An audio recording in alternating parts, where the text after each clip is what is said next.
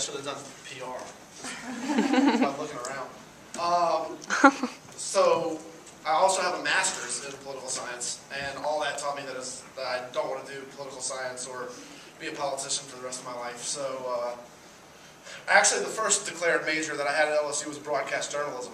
And for some reason I really enjoyed my economics class. So I did economics and then political science, and then got a master's in political science, and then ended up teaching high school and coaching for 2 years, and then working for the state of Louisiana, doing grant writing in the field of health information technology, knowing nothing about healthcare or information technology. And I was really bored, and so I was at a computer from 9 to 5, bored, and I decided I would start writing about something that was more interesting to me instead of completely wasting time. And I looked at my credit card receipts one day and said, man, I spent a lot of money like eating and drinking. Maybe I should just start writing about that. So I did, and a blog was launched, and it was nothing but a hobby. And that's really how everything began. I've always really enjoyed food. And I grew up hunting and fishing with my dad in South Louisiana and South Texas, and developed an appreciation for food. And then I really learned how to cook tailgating for LSU football, and throwing one of the biggest tailgate parties on campus from 1999 to 2007. That's why I went to grad school, really, is for a few extra years of tailgating. But it always stuck with me that it was something I was passionate about. But I knew I didn't want to be a restaurant chef. I knew the lifestyle of working in the back of a kitchen all day, every day, for not much money isn't really what I wanted to do. So I just had a passion for food, and that's where it ended, until I decided I would start writing about it. And that's where Biting Booze came from. And it was really just that idea of going onto a blog. And it started as nothing more than an online food journal. I was just keeping track of everything that I was eating and drinking. And within the first couple months, I was enjoying it enough that I went to a food blog conference in San Francisco. And the first person that I met there, and this was in 2009, the first person I met said, "What's your Twitter handle?" And I did not have such a thing. I thought Twitter was only for high school kids at the time. And so I said that. I said, I'm not on Twitter. I have a Facebook account, but I'm not on Twitter. And they said, well, you're a food blogger and you're not on Twitter? Something's wrong with you. And so at the hotel room that night, fortunately, at Biting Booze was available still. So I claimed it, and the rest was history. But the social media aspect of it is something, obviously, that you guys are talking a lot about earlier tonight, and that you care about. That has pretty much made what I'm doing into a career. And has allowed me to be a professional eater and drinker, which is pretty cool. Not too many people get to say that, I guess. I eat and drink for a living, which is pretty cool. Not too many people get to say that, I guess. I eat and drink for a living, and I guess I create content around it too. So when I started writing about everything that I ate and drank, what it really did was kind of light that fire inside of me and say, man, this is me. This is really what I love, and this is what I want to do. This is something that I'm passionate about. You know if you're passionate about something if you want to learn about it. So all of y'all are here today, you're wanting to learn about things. That probably shows you that you have some passion for it. And I had no passion for health information technology, even though that's what I was doing from 9 to 5. I didn't care about learning more about it. I wanted to learn more about food. And anytime I would go to a restaurant and eat something, and I didn't know how the chef made it, I would go home and research it and find out how they made it. Or if I was writing about a dish, I would want to know more about it before I wrote about it and said something that was stupid. So I'd research and I'd learn, and I would cook. And so I started cooking a lot more, and I started trying to recreate dishes that chefs made. I entered some barbecue competitions, and the chicken on the top left actually placed in the Hammond Blues and Barbecue Festival, and my first ever official barbecue competition. So that was a good time, and tasting wine, and that's a barbecue pit made out of kegs.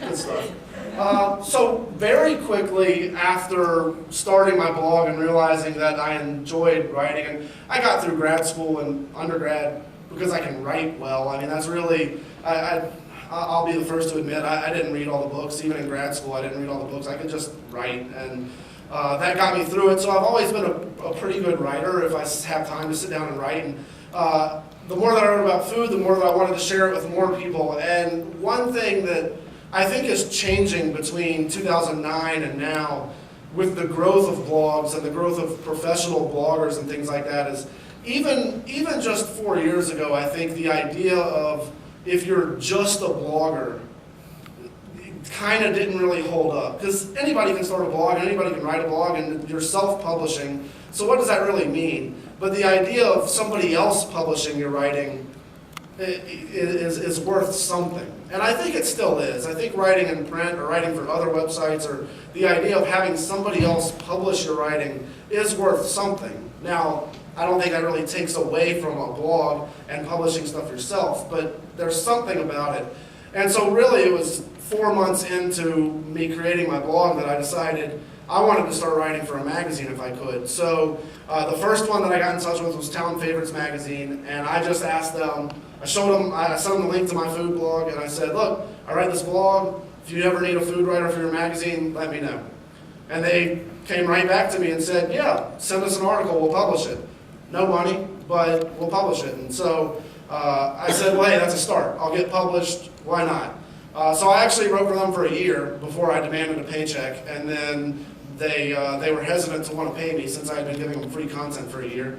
And so then I quit writing for them and started writing for 225, and they were willing to pay me, and they were really happy to have me on board. So, but it grew from that. And had I not been writing for Town Favorites for free, I never would have gotten the job with 225. So it all pays off, and you got to take those steps. You know, I was there at one point. I didn't have national magazines calling me at the beginning asking me to write stuff. I had to write stuff for crappy local magazines for free. No offense if anybody works for Town Favorites. Great people, I guess.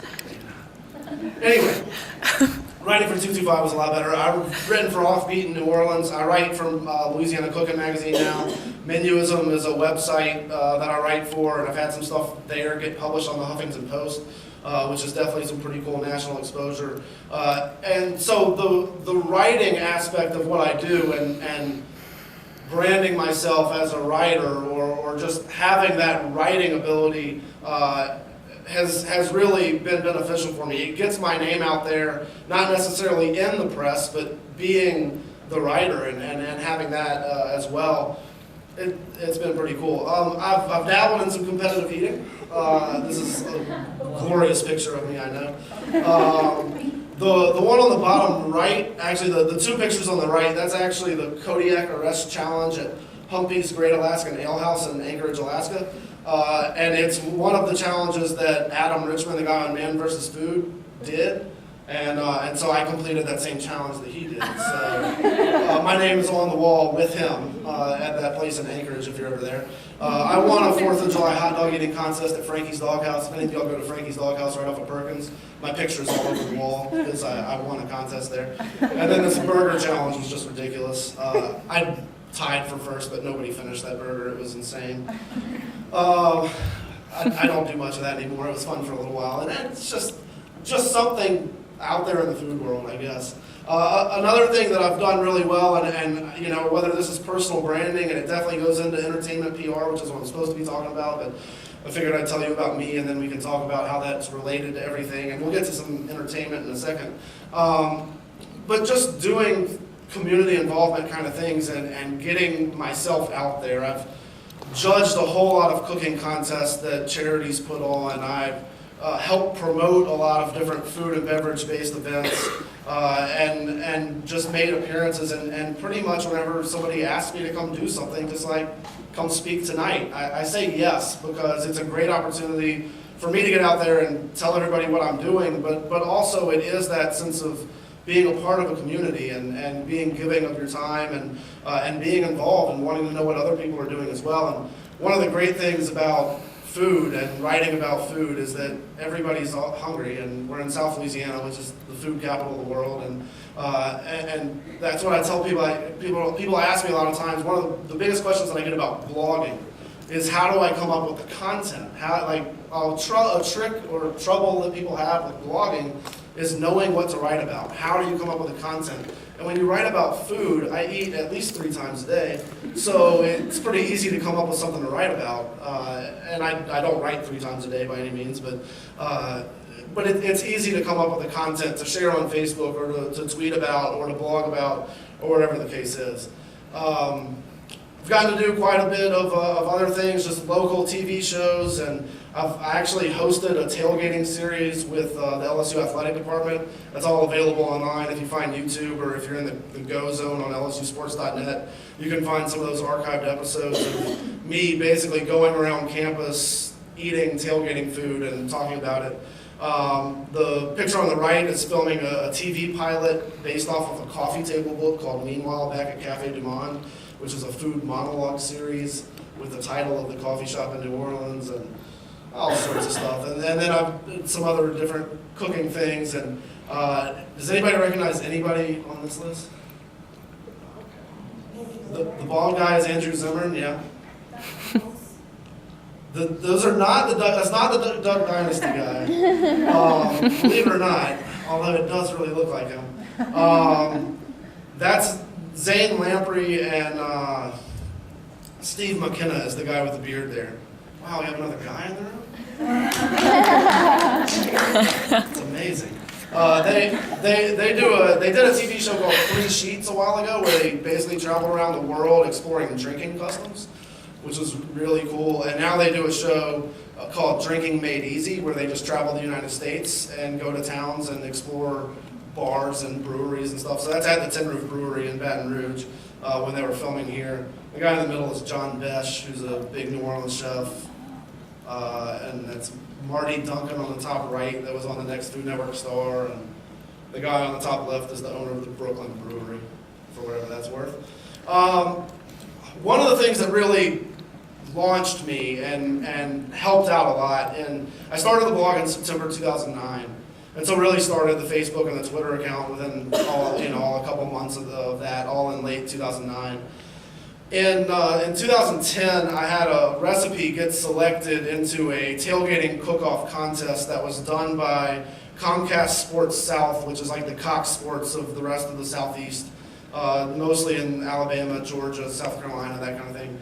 And they were doing a Southeastern Conference tailgating recipe contest, and I submitted one called a Blackberry Bourbon Bone-In Boston Butt, which is basically a smoked pork shoulder that's injected with some good stuff and then rubbed on the outside. And Tony Chastry sponsored this contest, so I had to use their ingredient in the recipe, yada, yada, yada. My recipe got selected to represent LSU, and then we did a lot of online voting, and I finished first place and all that. And then they had a cook-off with the top 3 of the online voting at an LSU football game, and I won that, which was pretty cool. So I actually have an award-winning recipe. And the whole thing really just kind of helped launch me. It was the first time that I ever did like TV cooking appearances, and I went on the news and cooked this dish, and I showed it off, and I did radio interviews, and I did a whole lot of local stuff to promote it, and I did all that PR myself. I mean, it was just me as a local blogger, a lot of it through Facebook and Twitter or email, just trying to get the word out about getting Baton Rouge and LSU fans to vote for me in this contest.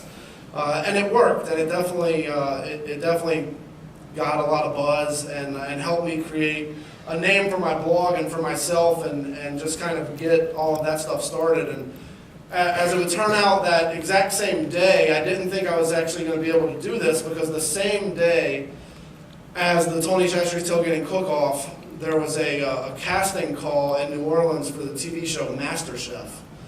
It's the one on Fox with Gordon Ramsay, the guy that yells a lot, and the Scottish guy.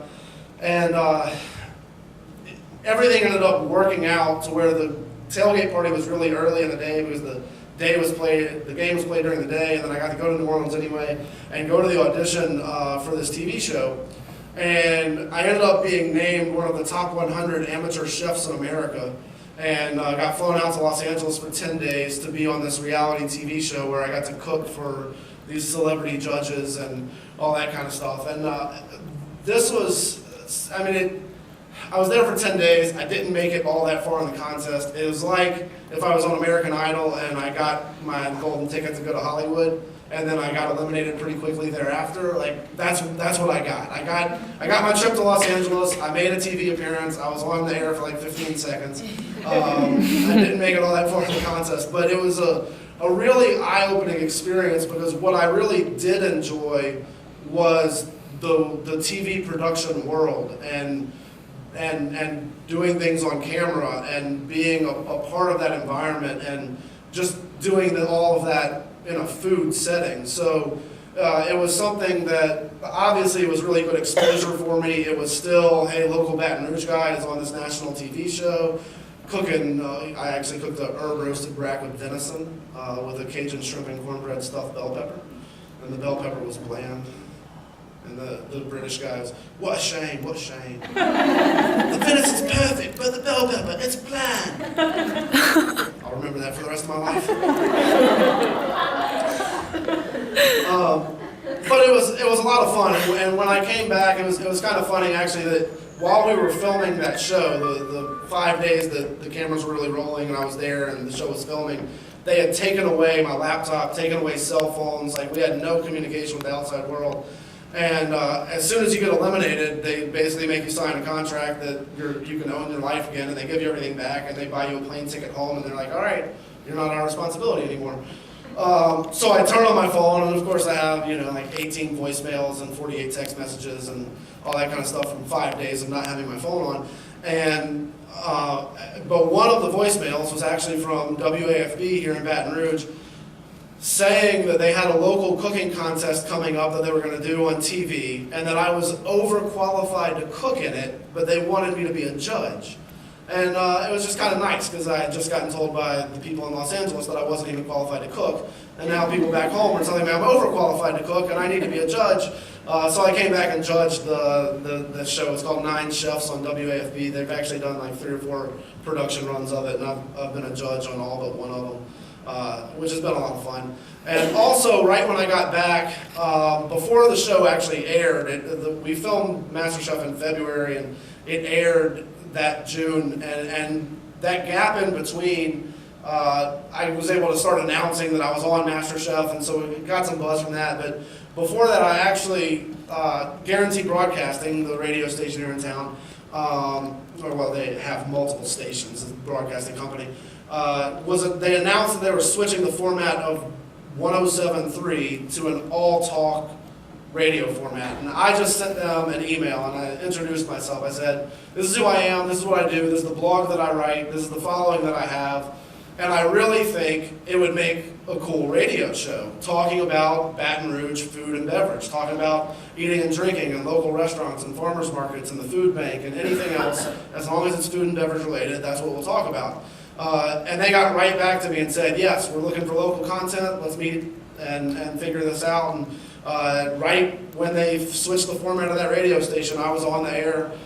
It's just a 1 hour a week show, but it's a lot of fun, and it's 1 hour of food and drink talk radio. It's the Bite and Booze radio show, presented by Calandra Supermarket, 2 locations in Baton Rouge. But that's a lot of fun, and actually it was just a couple months after that the Baton Rouge Progressive Network launched Baton Rouge Community Radio, which is on 96.9 FM, and they approached me about doing a show there. They wanted a show that was about basically a show for like the drive home on Friday, like 6 p.m. Friday, and they wanted it to be a happy hour show, and they knew that I was an expert in the drinking world. And so they approached me about doing a show. So we have a show called Raise a Glass that's about the history, traditions, culture, production, and consumption of alcoholic beverages. That airs Fridays at 6 and replays Sundays at noon on that station. So I've got 2 different hour-long radio shows about food and beverage now, which is definitely a lot of fun, and they all need some PR. Aaron gets to do some of that. Yeah. There's all sorts of other stuff going on, judging contests. I was named one of the 40 under 40 by the Baton Rouge Business Report a couple years ago, which was a pretty big honor. The picture of me in the middle is actually me on the cooking channel, recognized as a food blogger on there, talking about local food trucks, which was pretty cool. And I actually just filmed another show in New Orleans that'll air at some point probably over the summer on the TV channel called Destination America. Anybody ever heard of that? It's owned by the Discovery Channel. It's on, if you have Cox, it's on the cable lineup somewhere. It's they are like barbecue pit masters and a couple other shows. It's all sorts of stuff. But they're going to have a new food show on there, and I'm one of the judges for the New Orleans episode. So other TV appearances here and there.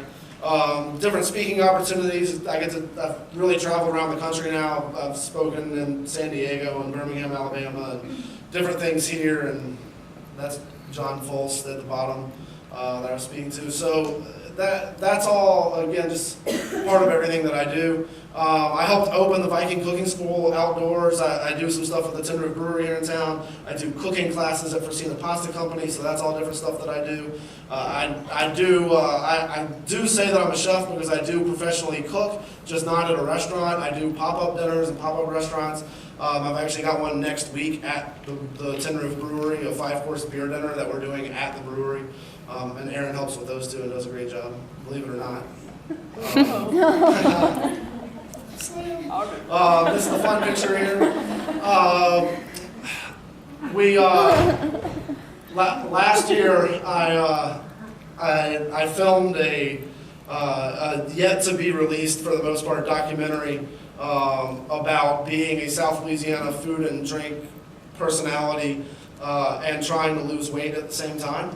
And it's called "I'm Not Trying to Be an Underwear Model." Basically, the idea is, like, I'm not trying to be an underwear model. I just need to live a healthier lifestyle while eating and drinking in South Louisiana for a living. That's kind of hard to do. It's hard to do it when you're not eating and drinking for a living. Imagine if that's what you do, is get paid to go eat and drink. I've got to leave here and go to a 5-course tequila dinner. True story. It's tough. So we've got a bunch of footage, and I actually, while we were filming this thing, I did lose like 30 pounds, and I put most of it back on, unfortunately. But you know, we'll see. It'll start. There's a teaser. If you go to biteandbooze.com and look on the column on the right side, there will be the little teaser video. It's on YouTube. Just search "I'm Not Trying to Be an Underwear Model." You'll find it.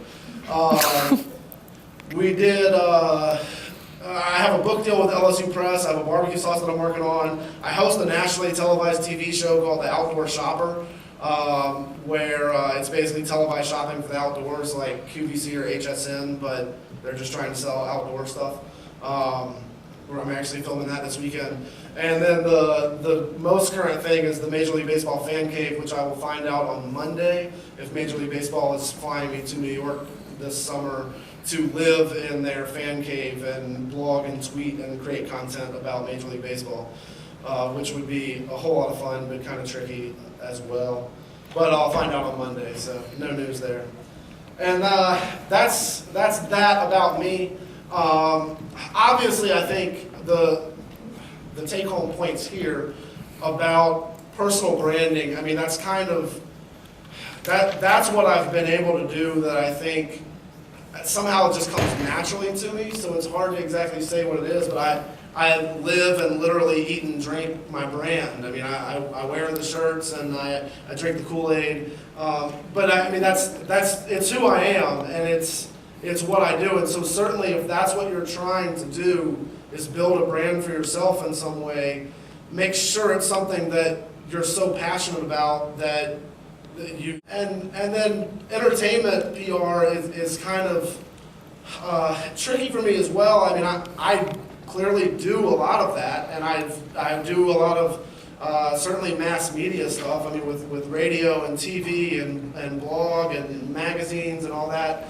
The PR side of it is more just personal relationships with people in the media, I guess, is really how I've attacked that. Is I know a lot of the people in town at different news stations, at different newspapers, at different magazines. I write for magazines. I go on these news stations, and so I send out my own press releases, and it seems to work. And I think there's something, at least at the base level, that's just kind of grassroots about it. There is something cool that if I send out a press release about me, it's coming from me, and then whoever I'm sending it to can reply directly to me and get more answers.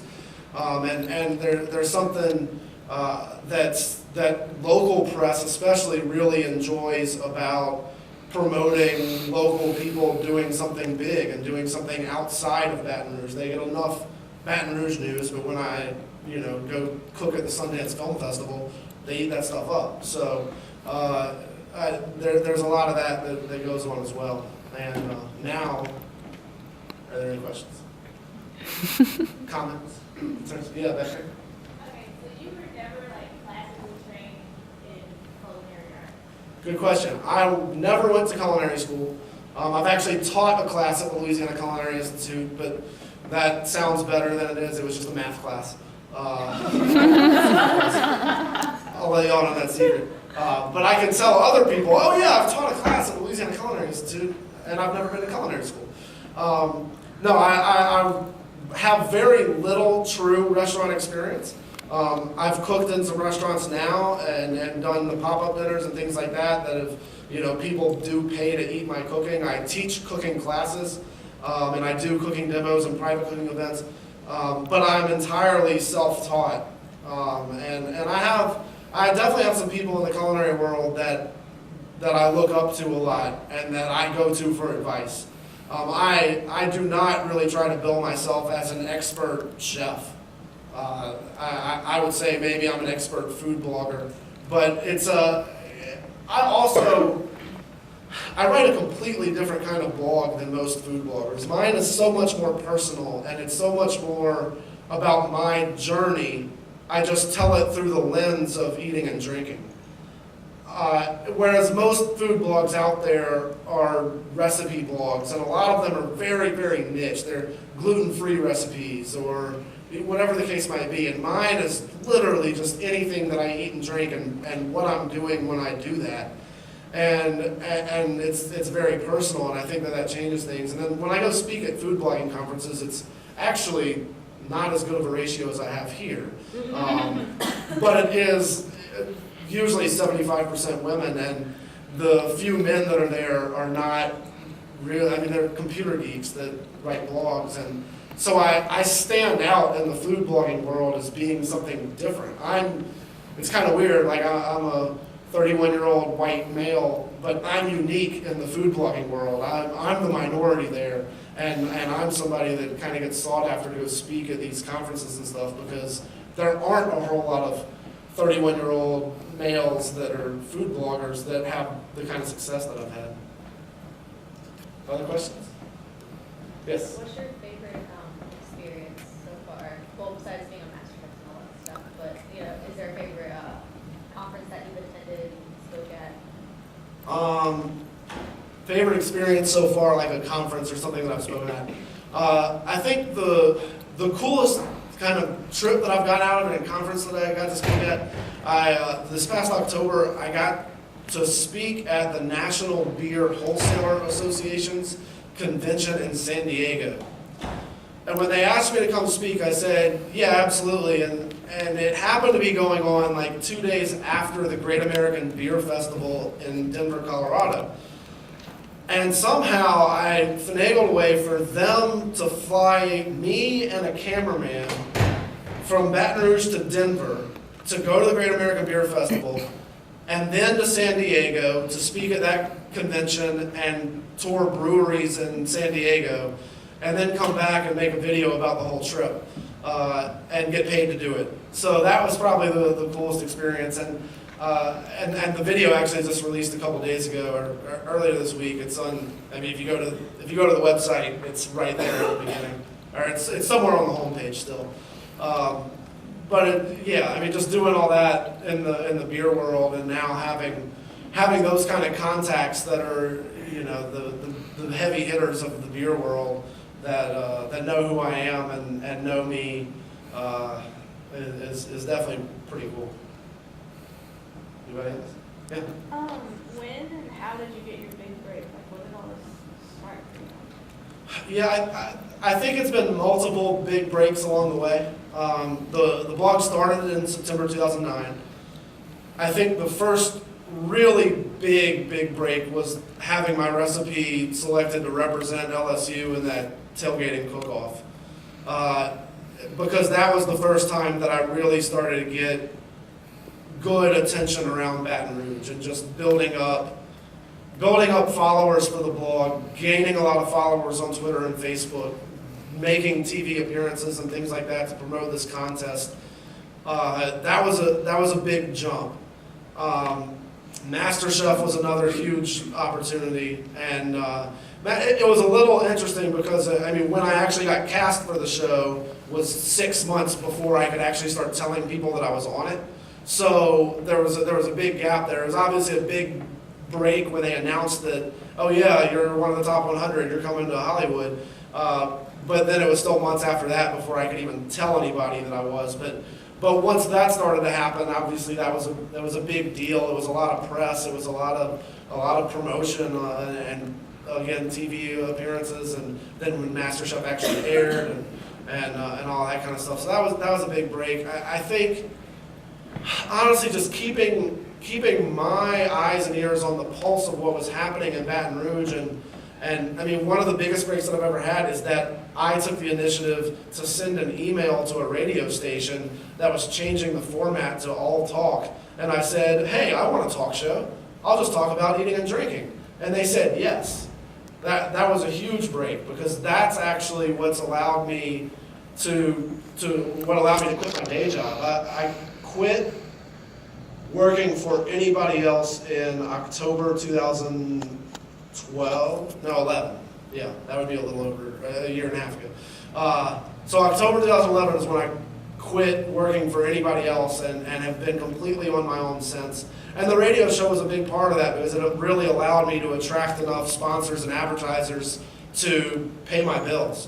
And in between all the different cooking things that I do or video projects that I do that also help pay the bills. But it's been a struggle, and it was a risk. It took me, I thought when I went on MasterChef, which was, I had to take off of work, and I had to tell work, oh hey, I'm going out of town for at least 10 days, maybe 2 months to film this reality show.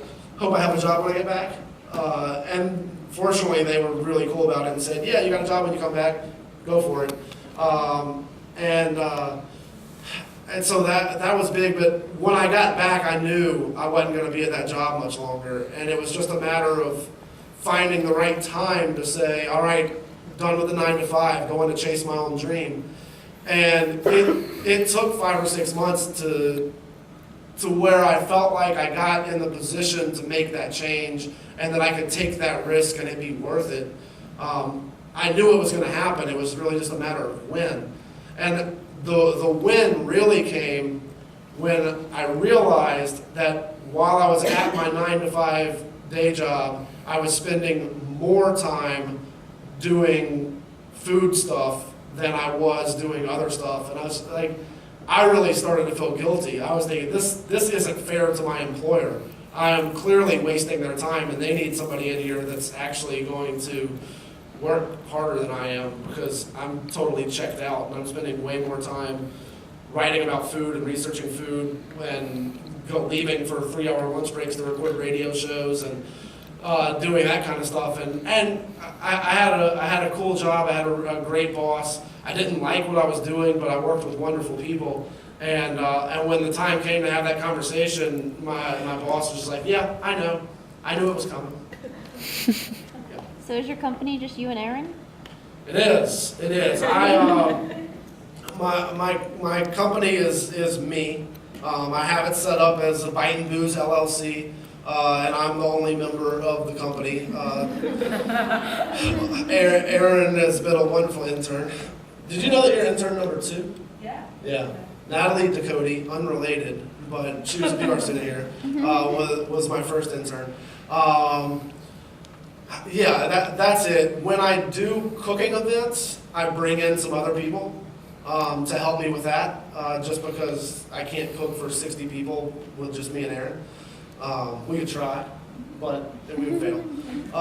So I have actually several graduates of the Culinary Institute here in town, and this next dinner that I do, I'm going to have like 4 of their current students come help out for free, which is going to be awesome. And so the culinary team's a little bit larger, but that's really, we only organize ourselves for different events. But other than that, yeah, that's it. I would like to grow that, and I'm hoping that at some point, like, my next big break needs to be something financially that allows me to kind of take that jump into really developing a team and a company behind everything that I do. But right now, I'm just kind of trying to pay my own bills as I go. Yeah. So whenever you're kind of starting out, developing your own brand and kind of a physical image, do you find it really beneficial to have a trademark like an awesome beard?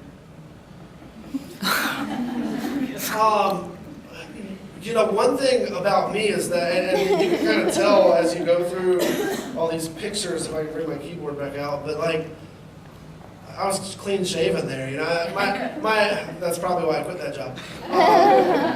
Yeah, it helps. My image changes, my hair length changes. I shave it all off and then let it grow back out, and so that's one thing that I'm kind of interested to see as I get more into doing TV stuff and things that are recurring. Like, should I look the same every time I film that stuff, even though I'm filming it 3 months apart, or should I not worry about it? I don't know. I'm actually going to trim my beard tomorrow to go record The Outdoor Shopper. I'm not shaved, just trim. But yeah, I mean, I think the picture on the bottom left there is like Wild Man of Ireland or something. Yeah, it helps, sure. You gotta, I mean, people have to remember you, I suppose. I don't know. 31-year-old Santa Claus or something.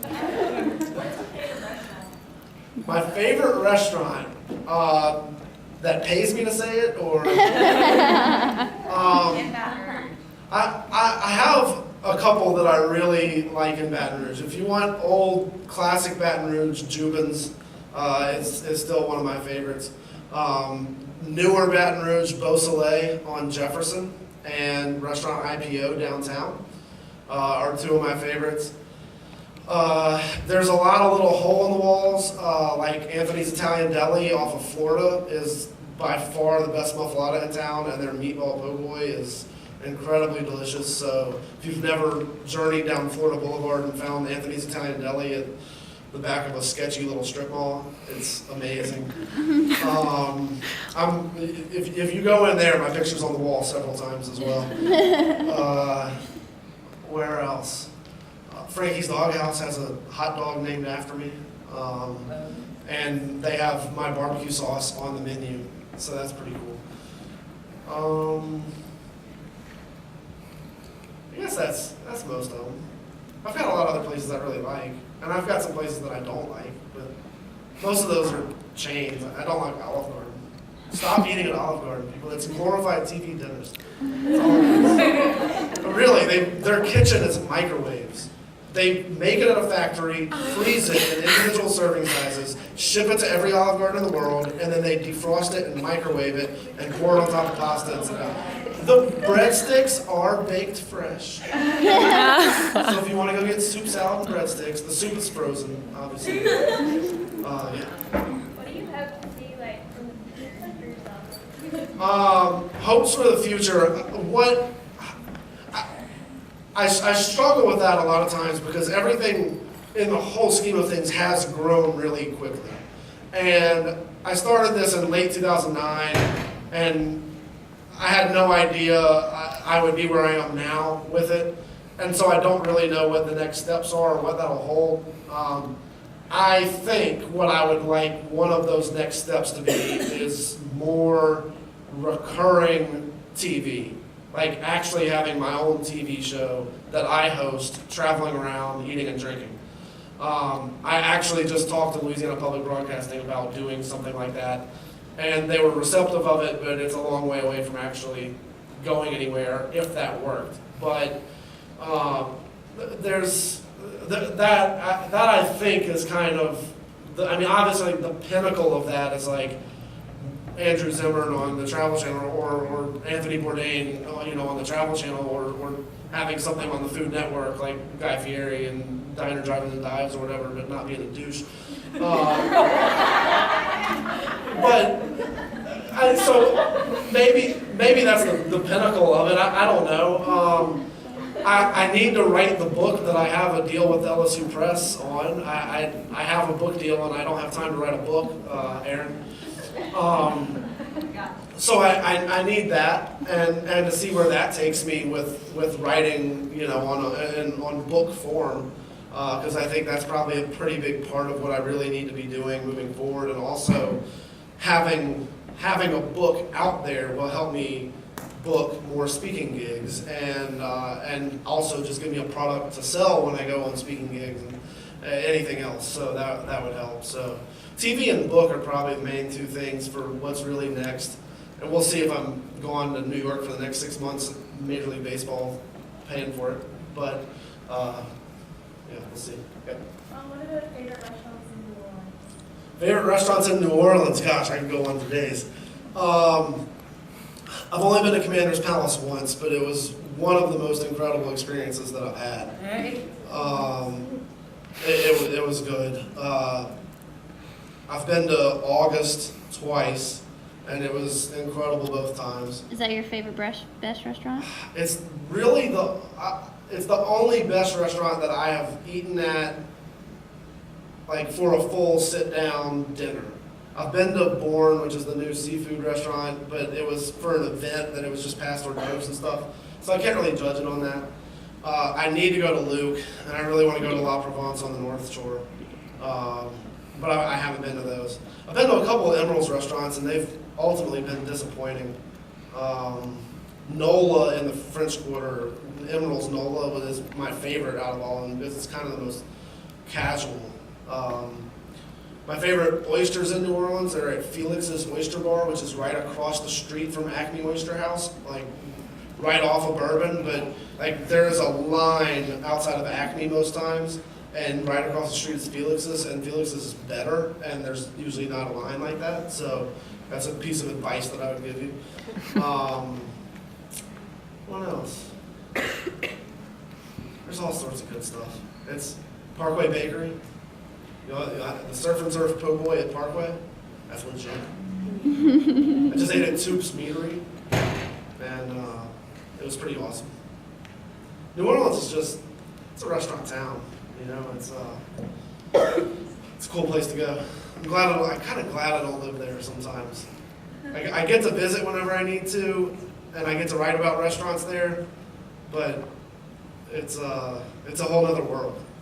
And I do think part of my success has been the way that Baton Rouge has embraced me, because there aren't a lot of people doing what I do in Baton Rouge, whereas there are a lot of people trying to do what I do in New Orleans.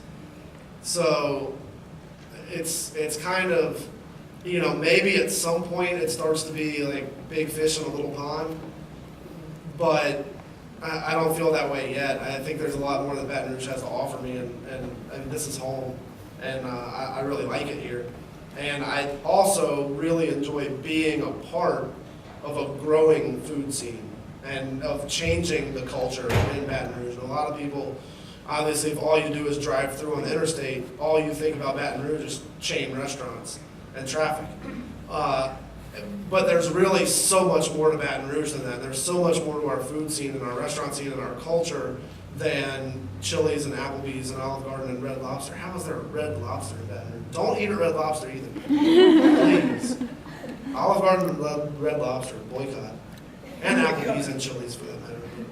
Sorry if any of you work there. Okay, so I'm obsessed with MasterChef. Like, I've watched every season, so I'm back in Jersey right now. Celebrity status. But I have a question. This might be a dumb question. Well, I kind of have two. Is Joe really that mean in real life? And I don't know if you watched the third season, but I love Christine. But did you think that was staged or predetermined? Yes. A couple things about that. Unfortunately, in the 10 days that I was there, I still never got to interact with those people unless the cameras were on. So all I got was their TV personalities, and I never got the real people.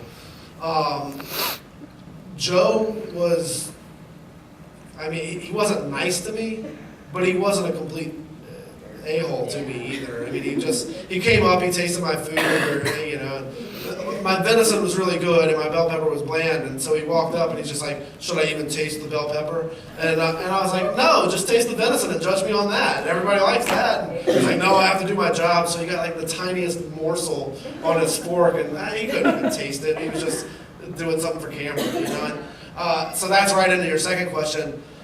One thing about reality TV is that there's very little of it that's real, and you realize how much of it is produced and how much of it is just done for TV. And the reality part is that they do get real people.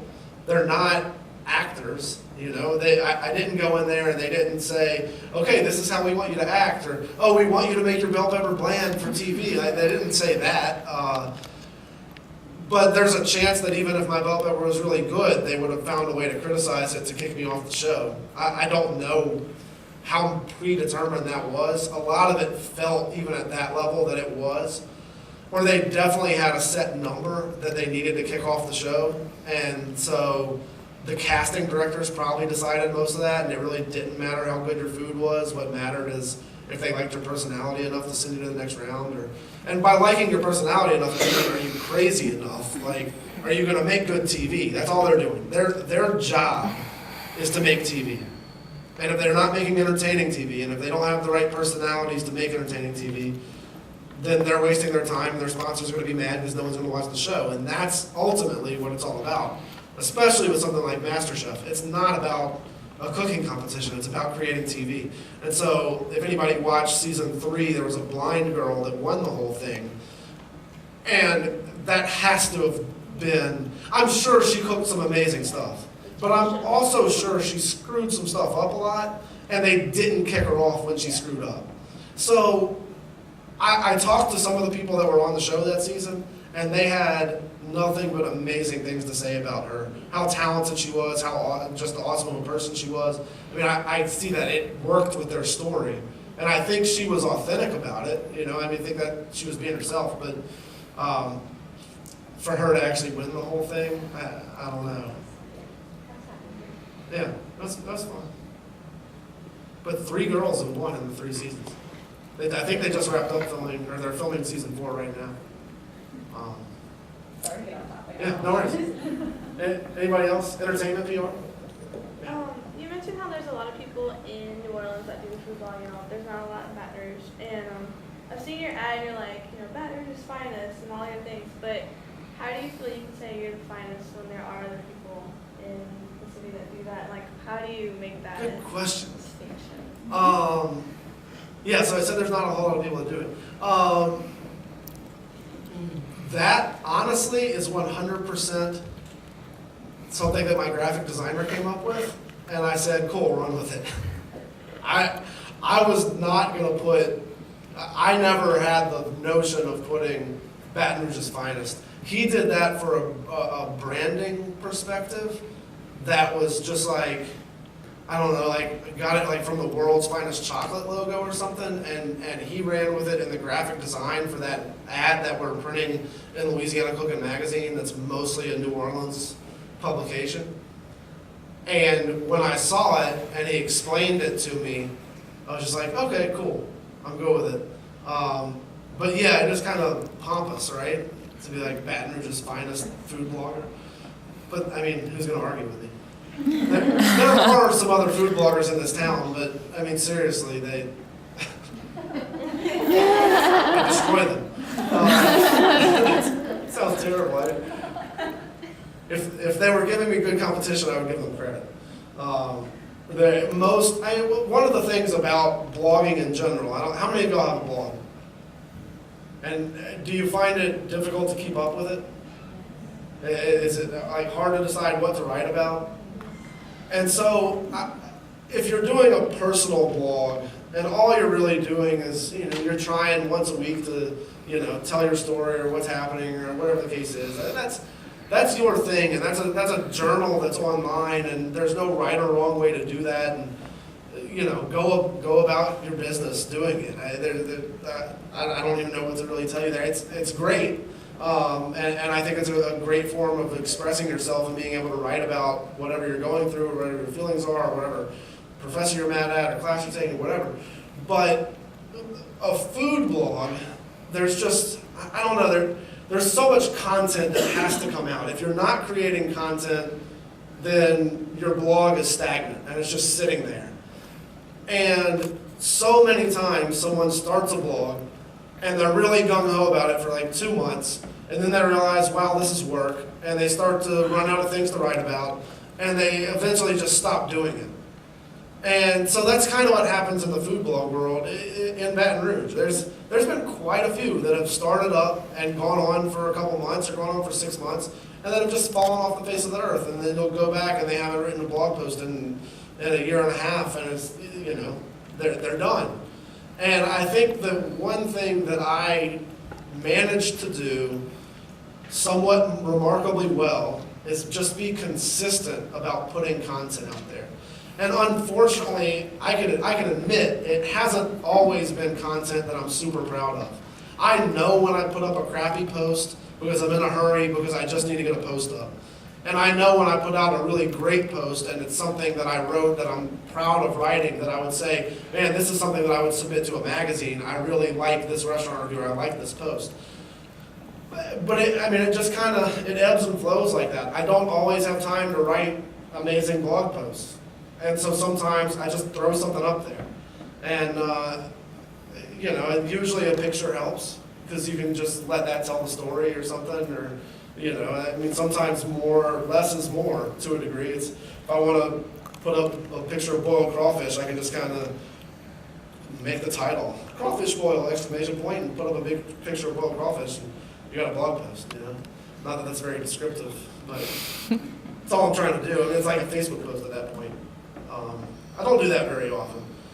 Videos help as well. I do a fair amount of videos, and so my blog will fairly regularly have new video content get posted, and, you know, the YouTube channel gets some hits, and I think that gets consumed pretty well, because people's attention spans these days, if you're creating video, keep it short, number one, and a lot of people will watch a video instead of read. If I go, like, there's news websites that'll like replay the clip of the news broadcast, and then they'll have the whole thing transcribed as well. You know what I'm talking about? Like, you can click on a page and you can either read it or watch the video. Do y'all read it or watch the video? Watch the video. Yeah, I watch the video. I know some people that read it, and some people basically are like, well, if it's a 3-minute video clip, I can read that story in way less than 3 minutes. I'd rather just read it than watch the video. I get that. I'm amazingly not a fast reader. I write, and I don't read much. I mean, I'm capable of reading. But I don't know. I've never been a reader. I've never just, you know, I don't get into books that often. That's probably one thing. If I had to, like, if I could change one thing about myself, it would be being more well-read. And, like, I don't read enough other food blogs. I don't read enough food-related books and things like that. Maybe I say I don't read enough. Maybe that's a good thing, because I don't have to rely on that stuff to get inspiration. Everything that I create is my own, and I'm not worried about, oh, do you read this blog? Do you read that blog? No. But none of those are Baton Rouge blogs anyway. Have you used Vine yet? Vine? Yeah. Yeah, the little video app that you can just kind of take a couple clips and string it together. I downloaded it, I filmed some stuff, but I've never posted it. And I just played around with it a couple times because I saw somebody else using it, but that's all I've done. I've been trying to figure out what video app I want to use, and I liked Vine. I was playing with Vidi, and I don't like it all that much, and I've seen Tout, but I hadn't really tried it yet. But Tout's getting a lot of press these days. T-O-U-T, Tout. That's a video sharing app, same thing. But yeah, we'll see. Well, thank you so much, Jay. Thank y'all. Thank you.